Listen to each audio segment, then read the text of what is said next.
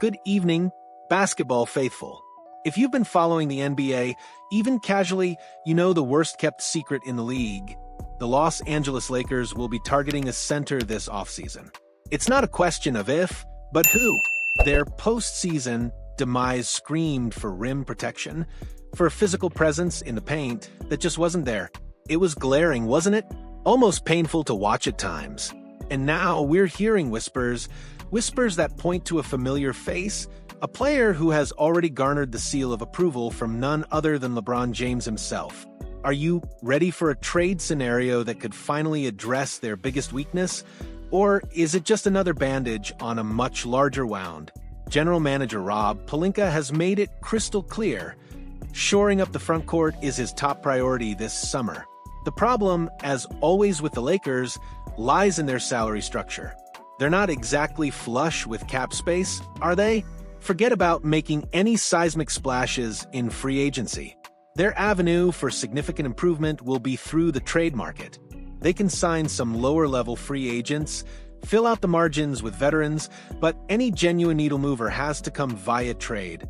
And arguably, to truly feel good about their depth, the Lakers probably need to add 2 quality centers, not just one. And one of those centers, a name that's been floating around the Lakers' orbit before, is none other than Jonas Valanciunas of the Sacramento Kings. Now, this isn't the first time we've heard Valanciunas and the Lakers in the same sentence. It was reported last offseason that the Lakers were indeed interested, and here's the kicker, that LeBron James himself would even be willing to take a pay cut for him. A pay cut for a center? That's how much LeBron values a true, bruising big man.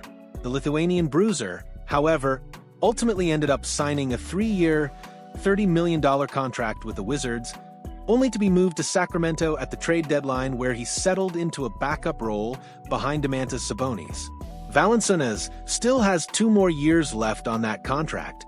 And let's be honest, at this stage of his career, he's not a starting caliber big man in the modern NBA. His foot speed, while improved, is still a liability on the defensive end against quicker opponents. But here's why this still makes sense for the Lakers. He would be a good fit in Los Angeles as a big body who brings scoring, rebounding, and crucial physicality off the bench. He provides that much-needed interior presence, a genuine rim protector, and a solid screen setter. It's not about him being an all-star. It's about him filling a very specific glaring need. So, how do the Lakers acquire this LeBron-approved big man? The proposed trade scenario sees the Lakers sending Jarred Vanderbilt to the Sacramento Kings in exchange for Jonas Valanciunas. Now, let's break down this exchange.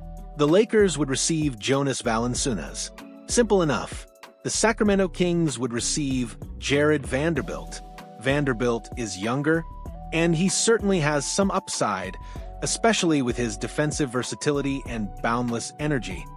And this is a big, but for the Lakers, he has not been a seamless fit. His glaring lack of consistent shooting and offensive creation has, at times, severely compromised the Lakers' spacing. When you have LeBron James and Luka Doncic commanding the ball, you need shooters and floor spacers around them, not players who clog the paint. These offensive limitations have made him a difficult fit in LA's star-heavy offense. However, in Sacramento, these issues might be far less of a concern. The Kings have an absolute ton of offensive creation with Domantas Sabonis, De'Aaron Fox, assuming he's retained or healthy, and potential additions like DeMar DeRozan, Zach LaVine, and Malik Monk. They don't necessarily need Vanderbilt to be an offensive threat. What they do need is defense and versatility. Vanderbilt can step in and act as a defensive specialist, capable of guarding multiple positions and providing crucial energy and athleticism on that end of the floor. He could be a valuable role player for a team that has prioritized offense. Now, let's be clear. Jonas Valanciunas is not a magic bullet. He will not single-handedly solve all of the Lakers' problems. As I mentioned, he's slow-footed and can be a liability on the defensive end against faster, more perimeter-oriented lineups. His struggles in pick-and-roll defense are well documented.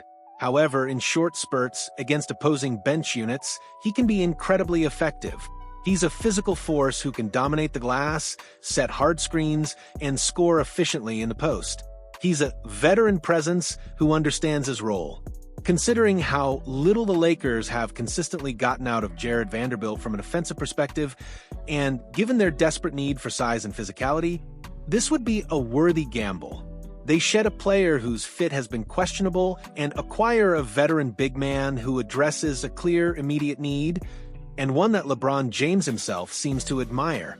It's a low-risk, high-reward move that could significantly bolster their frontcourt depth and provide the physical presence they so sorely missed in the postseason. Will it make them instant title favorites? Probably not on its own, but it's a smart, calculated step in the right direction, a move that signals their intent to be a more formidable force in the paint. So, what do you think, Lakers Nation? Is Jonas Valanciunas the answer to your prayers for more physical frontcourt? And do you think trading Jarred Vanderbilt to Sacramento makes sense for both sides? Let us know all your thoughts, predictions, and even your wildest theories in the comment section below. We want to hear from every single one of you. And if you enjoyed this in-depth breakdown of a potentially game-changing trade, please do us a huge favor. Hit that like button and make sure you're subscribed to the channel.